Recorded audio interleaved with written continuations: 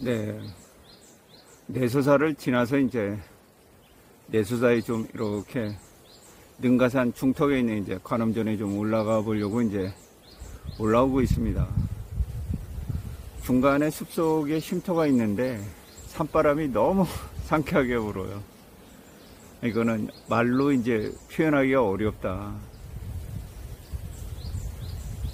이미 이제 이 세상에 말로 표현할 수 있는 거, 그건 도가 아니라고 하잖아요. 그죠? 그런 자연에는 그런 생각지도 못한 부분이 항시 있습니다. 그러니까 어떤 인위적인 것으로 만들어낼 수 없는 그 신비한 무엇인가가 있어요.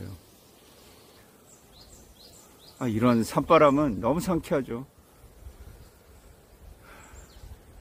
그래서 이제 2025년도 관세 전쟁이죠. 전쟁이에요. 뭐 미사일이나 이런 것만 안 쐈다 뿐이지 실질적으로 이제 전쟁이 일어나고 있는 그런 상황이고, 미국과 중국은 이제 거의 뭐 무역 교류의 80% 이상이 이제 중단이 됐다고 하는 거 아니겠어요? 그죠? 교류 자체를 이제 안 하겠다는 건데, 그렇게 됨으로 인해서 이제 나스닥 지수가 15% 정도, S&P 500이 이제 10% 정도 이렇게 하락을 하고 있으니까, 만일 어떤 분이 나는 시장 수익률을 추정할까 해서 S&P 500에 올해 이제 1월 1일 날 투자를 했다고 하면 마이너스 10%가 생긴 거고, 나스닥에 투자를 하셨으면 마이너스 15%가 생긴 거예요. 또 최근에는 2배, 3배짜리 이런 거 있잖아요. 뭐 SQQQ 이런 거 이제 집중적으로 우리나라 분들이 특히 미국 시장이 3배짜리 이런 부분을 많이 추정을 하잖아요. 뭐 많은 재산을 잃었다 이런 그 보도들도 이제 나오고 있잖아요. 그게 시장 수익률을 추정하는 거예요. 근데 1배 추정한 게 아니고 3배로 추정을 했기 때문에 방향이 달라져서 자산의 3분의 2가 날아가게 된 거예요. 만약에 이러한 일을 한번 겪고 나면 원금 대비해서 10% 수익률을 거둔다는 게 쉽지 않아요. 그래서 야, 주식해서 뭐 10% 정도 이거 수익 거두는 거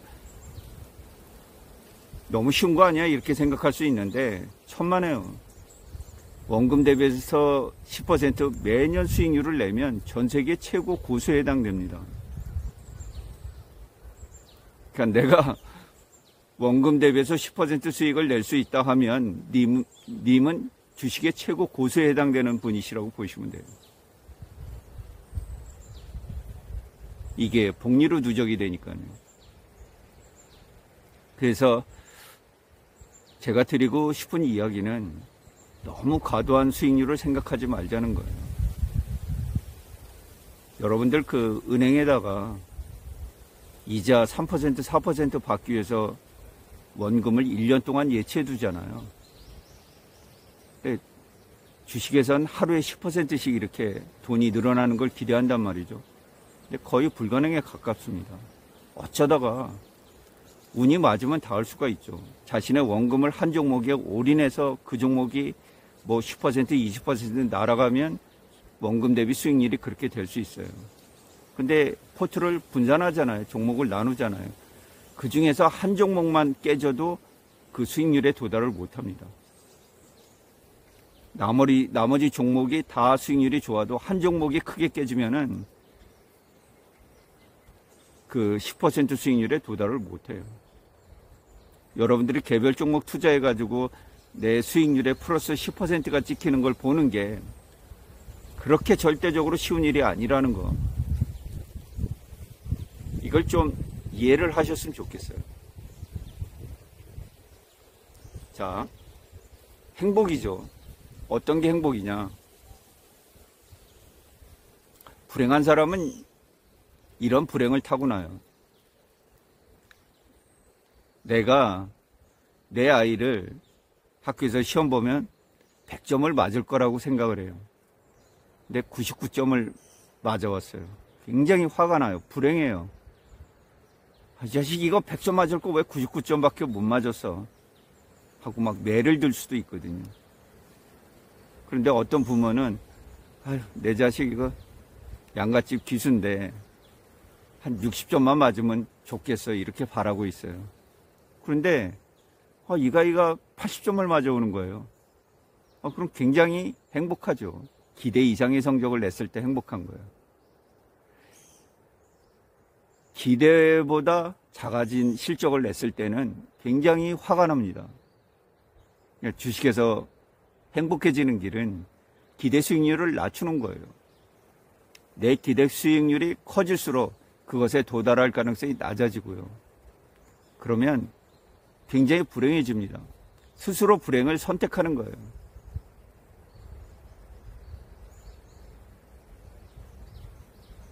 네, 특히 주식에서 그런 기대 수익률이 굉장히 높잖아요. 여러분들 로또에 대한 기대 수익률이 굉장히 높잖아요. 그죠? 내가 1등 당첨하면 인생 역전이 될 텐데 하고 계속해서 로또를 사잖아요. 근데 전체적으로 확률이 없습니다. 1등부터 꼴찌까지 당첨될 확률이 거의 없어요. 다 원금을 계속 잃으시는 거예요. 많은 사람들이 원금을 다 잃어버리고 있는데 방송에서는 1등한 사람, 2등한 사람 이런 것들만 조명을 해줘요. 왜? 모으기 위해서 그렇죠. 그냥 많은 사람한테서 걷는 세금이나 마찬가지예요.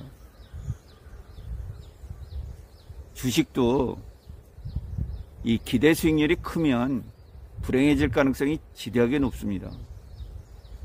여러분들 연간으로 10%만 수익률에 도달을 해도 여러분들은 넘버원이에요. 그 정도 수익률도 거의 불가능합니다. 자신의 원금 대비해서 10% 수익률을 늘리기가 보통 어려운 게 아니에요. 특히 올해처럼 시장이 전체적으로 분위기가 안 좋은 속에서 수익률을 낸다는 것은 더 어렵습니다.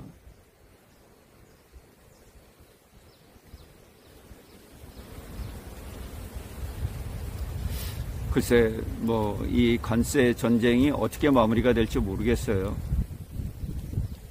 트럼프 대통령은 더 이상 임기가 남아있지 않으니까 막 나갈 수 있죠.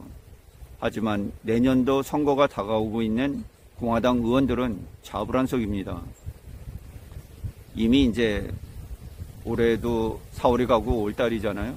12월달 지나면 내년도 되면 이제 중간선거 11월달에 이어지니까 어떤 미국인들의 반감이 이제 그대로 표로 드러나게 될 거란 말이에요. 그러면 상원이 만약에 민주당으로 역전이 된다 이렇게 되면 트럼프 대통령으로서의 입지는 다 무너지는 거예요. 관세고 뭐고 레임덕 자체가 와가지고 다 무너져 버리는 거예요. 말이 먹혀들지를 않습니다. 그 어떤 얘기를 하려고 해도 그 공궁에 처하는 거죠. 그러니까 시간차 게임이에요. 트럼프 대통령으로서는. 그래서 이 관세를 굉장히 오래 끌고 갈 수가 없는 문제예요. 앞으로 한 90여일 정도 이렇게 시간을 두고 상호관세 협의를 하고 있는데 90일 정도쯤에 이걸 마무리를 지어줘야 돼요. 그리고 감세정책 이 부분을 이제 내세웠기 때문에 재원이 있어야 감세를 해줄 거 아니에요. 그래서 관세를 통해서 이제 일부 쓸 자금을, 감세 자금을 이제 마련을 하겠다는 건데 여러 가지로 동시에 다 도달하기가 어렵습니다. 해외 공장 유치해서 좋은 일자리 만들어내서 세수 확보하는 거, 또 예산을 줄이는 문제, 그거는 일론 머스크의 도지에서 하는 거 아니겠어요? 그런 사람을 잘라야 되고 여러 가지 비효율적인 부분을 도려내야 되잖아요. 그러면 출혈이 생기잖아요. 반대가 생겨요. 그리고 인플레이션도 집권하자마자 낮추겠다 이렇게 얘기를 했죠. 자기가 인플레이션 잡겠다 그러는데 오히려 더 높아지고 있고 인플레이션도 못 잡고 서민들은 경제적인 고통에 빠지고 주식시장은 불안하고 채권금리도 불안하고 모든 경제지표가 지금 불안해요. 근데 이 상황을 오래 끌고 갈 수 없다. 저는 이렇게 보고 있습니다. 지난번처럼 어떤 한계에 도달할 것 같으면 트럼프 풋이 그대로 나오듯이 상호관세 유예, 예를 들어서 트럼프 대통령이 나는 열대 때릴 거에 작정하고 있는데 5대만 때릴까 이래도 시장이 올라갈 수 있다라는 거죠. 언제든지 그 카드는 된다는 거죠. 왜냐하면 관세 문제이기 때문에 그래요. 관세 문제로 어려워지는 거니까 관세를 없애주면 미국 증시는 자동으로 회복이 될 가능성이 높잖아요. 그런 언제든지 회복을 시킬 수 있다는 그런 자신감을 가지고 있는 것 같아요.